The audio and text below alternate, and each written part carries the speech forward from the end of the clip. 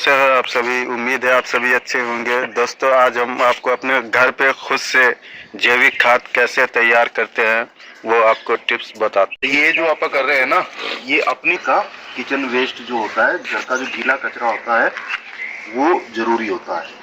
तो उसमें जैसे जो जितने भी ऐसे बड़े पार्टिकल है, ये है, जैसे नींबू है, नींबू भी इसमें कोशिश करें ना डालें। आंवला जैसे बहुत खट्टा होता है, इसमें ना डालें।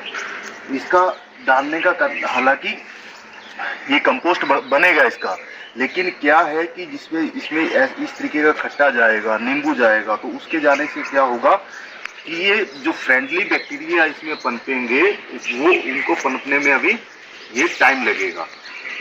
और ये खट्टा नहीं होगा तो तुरंत इसमें बैक्टीरिया आ जाएगा, जिसको डिकम्पोज ये जल्दी होगा। तो ये जितने बड़े पार्टिकल है ये हम सब हटा देंगे। फिर ये क्या है कि जितने भी हमारी ये किचन वेस्ट है, इसमें सबसे ज्यादा मिनरल्स पाए जाते हैं। मिनरल्स कौन कौन से होते हैं? मिनरल्स कौन कौन से होते हैं? जैसे पोटेशियम है, फास्फोरस है, कैल्शियम है, ये सब इसमें मिनरल्स न्यूट्रिशन पाए जाते हैं। और इनका जब खाद बनता है, इसको ब्लैक गोल्ड बोलते हैं। और बढ़िया प्रकार का एक ब्लैक गोल्ड हमारा होम कंपोस्ट तैयार हो जाता है। जो मैं बता रहा था आपको, इसके लिए 4 चीजों की जरूरत होती है। कौन कौन सी 4 चीजों की जरूरत होती है? पहला, नाइट्रोजन की जरूरत होती है। दूसरा, कार्बन की जरूरत होती है। तीसरा, आपको एरेशन ऑक्सीजन की जरूरत होती है।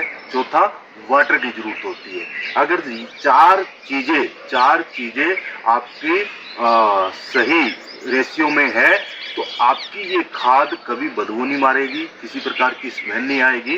और जो बताते हैं कि 60 से 70 दिन में बढ़िया खाद तैयार हो जाती है, आपकी खाद तैयार हो जाएगी। इन चारों का अगर रेशियो कहीं भी जाके गड़बड़ हुआ तो ये क्या होगा? स्मेल देने लगेगा। स्मेल देने लगेगा। अब सबसे पहले हम ये देखें कि नाइट्रोजन किस किस में होता है।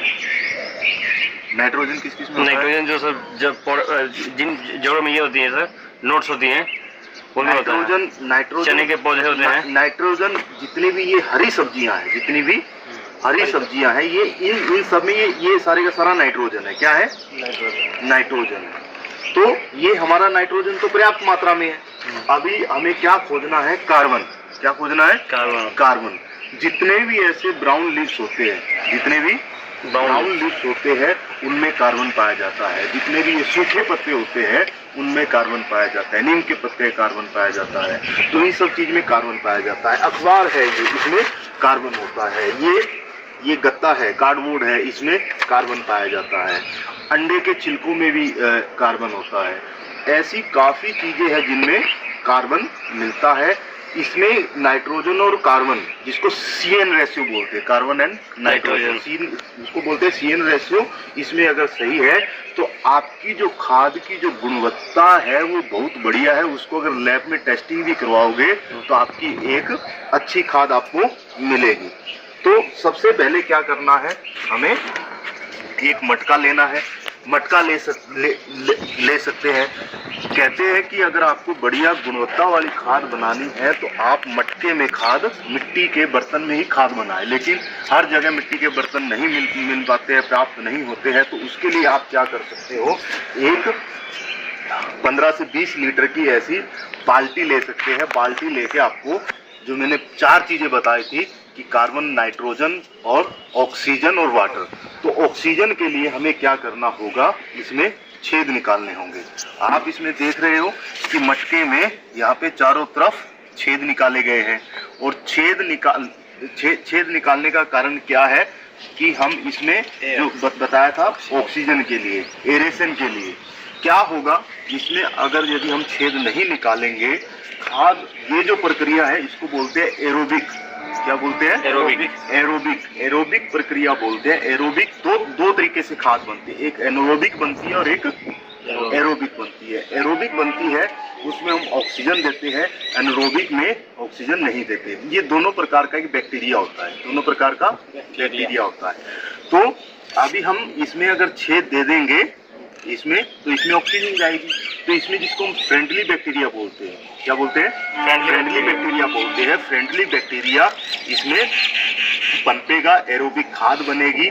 अगर एरेशन नहीं हुआ इसमें एरेशन नहीं हुआ तो एनोरोबिक बैक्टीरिया आ जाएगा, जो फफूंदी टाइप लग जाती है। तो एनोरोबिक खाद उससे भी बनेगी, खाद तब भी बनेगी, लेकिन ये एनोरोबिक हो जाएगा। इसमें क्या है, फिर स्मेल आना शुरू हो जाएगी। जैसे आपने देखा होगा पुराने टाइम में क्या होता था, जमीन के नीचे गड्ढा खुदाई करके जमीन के नीचे खाद बनाते थे, वो एनोरोबिक है, उसमें ऑक्सीजन की जरूरत नहीं होती है। लेकिन आपको बिना स्मेल के, बदबू के अगर खाद बनाना है तो आपको एरोबिक तरीके से खाद बनानी होगी।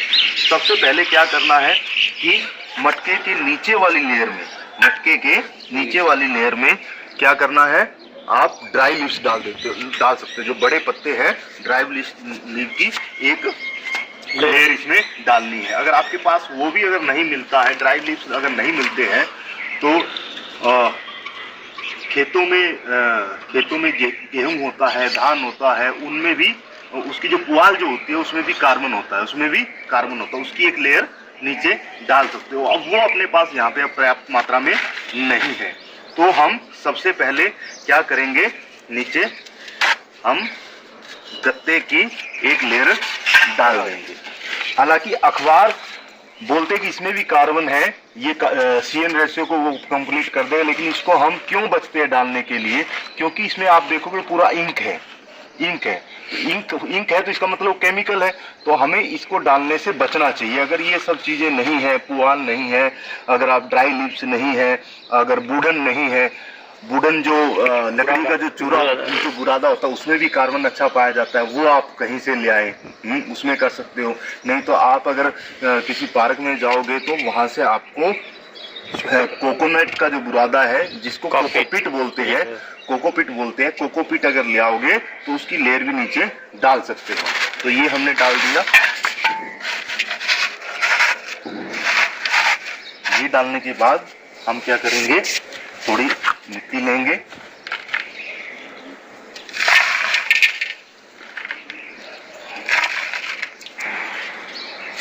फिर अब अगर चाकू लाओ तो, अब अगर जब हम खाद बनाते हैं, अगर हमें लगता है कि हमें इसको जल्दी डिकम्पोज करना है, किचन में ही जब हम सब्जी वगैरह खाद कुछ बनाते हैं तो हमें पता है कि हम खाद तैयार कर रहे हैं। जैसे मटर के छिलके हैं, इसको हम छोटा कर लें, इसको छोटा, अगर आपके पास टाइम है तो, अगर आपके पास समय है तो आप इसको छोटा कर सकते हैं। ये है, ये आपके नहीं हो पाएंगे, देखिए ये टाइट है। तो इसमें अगर आपको ये देखना है कि हमारे घर में हम खाद बना रहे हैं, किसी प्रकार की स्मेल नहीं आए, तो इसमें बचा हुआ खाना नहीं होना चाहिए। रोटी, चावल, दाल, सब्जी, ये सब इसमें नहीं होना चाहिए, पूरे का पूरा ग्रीन वेस्ट होना चाहिए। खाद उसकी भी बन जाएगी, लेकिन जब वो उसमें घर की, जब हम होम कंपोस्ट करते हैं तो उसमें स्मेल आना शुरू हो जाता है। तो हम ये काटना भी जरूरी नहीं है, अगर हम ये बड़े पार्टिकल भी इसके डाल देंगे तो खाद तो इसका भी बन जाएगा, लेकिन छोटे पार्टिकल करने के बाद क्या होगा, जल्दी डिकम्पोज हो जाएगा। ये हम डालेंगे, इस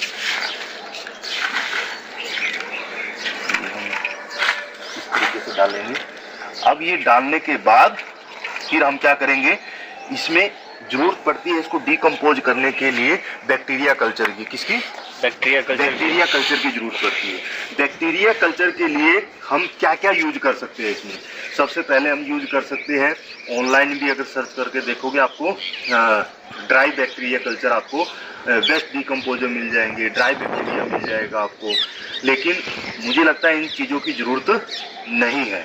आप एक सिंपल कर सकते हो, आपके घर के नज़दीक यहाँ पे कोई अगर मिट्टी है तो मिट्टी को भी आप बैक्टीरिया कल्चर के रूप में यूज कर सकते हो, क्योंकि इसमें भी फ्रेंडली बैक्टीरिया होते हैं। इसमें डालोगे ये एक लेयर, जैसे ही आपने किचन वेस्ट डाला, एक दिन का एक मुट्ठी भर के क्या करना है, मिट्टी डाल दी।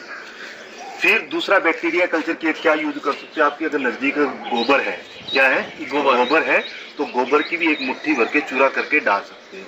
तीसरा आप क्या यूज कर सकते हो बैक्टीरिया कल्चर के रूप में, ये ऑप्शन है कि क्या क्या आप यूज कर सकते हो। तीसरा, अगर ये चीज़ें भी नहीं है तो आप कोकोपीट का यूज कर सकते हो। कोकोपीट 5 किलो इकट्ठा करके ले आओ, और उसको डाल सकते हो, या फिर नारियल का जो छिलका ऊपर है जो कोकोपीट का है उसका भी चूरा करके इसमें आप डाल सकते हो। फिर वो भी अगर आपके पास नहीं है तो आप ऑनलाइन ड्राई बैक्टीरिया कल्चर मंगा सकते हो। वो भी आपके पास नहीं है तो सिंपल आप एक काम कीजिए, एक वॉकेट लेना है, वॉकेट के अंदर क्या करना है 200 ग्राम गुड़ लेना है, 200 ग्राम गुड़ लेना है, 100 ग्राम दही लेना है, उसको डाल के और उसमें 1 लीटर पानी डाल के उसको मिक्स करके 5 दिन के लिए ढक के उसको रख दो। उसमें बढ़िया प्रकार का क्या तैयार हो जाएगा, बैक्टीरिया कल्चर तैयार हो जाएगा। फिर जैसे ही आपने इसमें ग्रीन वेस्ट डाला, ग्रीन वेस्ट डालने के बाद उसमें बोतल में भर के उसमें ज़्यादा नहीं 100 ml के आसपास उसमें बैक्टीरिया कल्चर डाल दोगे तो आपका बढ़िया खाद तैयार होने लगेगा। फिर ऐसे ही अगले दिन करना है, अगले दिन भी ये लेयर डाली,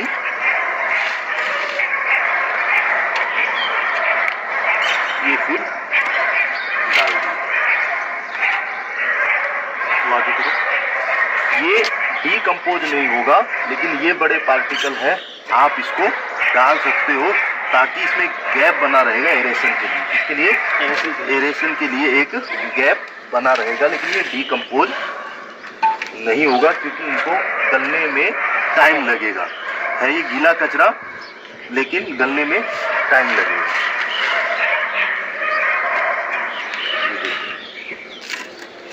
फिर एक लेयर डाल देंगे। बस प्रतिदिन 1 मिनट का काम है कंपोस्ट बनाने के लिए। फिर तीसरे दिन ये डालो,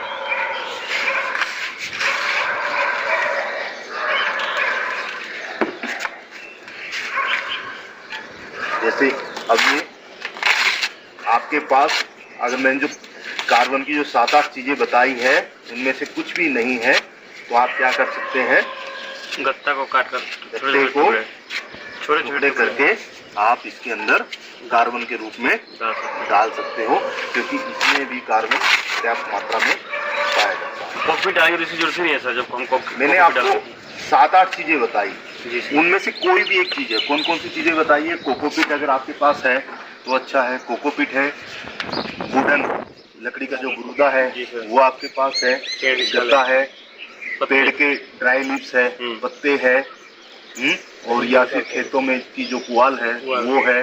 तो इनमें से कुछ भी है तो आप उनमें से डालोगे तो कार्बन की मात्रा मिट्टी है, हो जाएगी। मिट्टी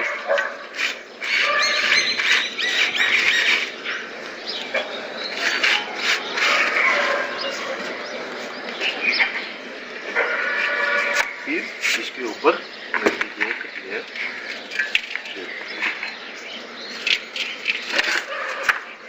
हर 5 दिन के बाद इसको आपको क्या करना है, टर्निंग करना है।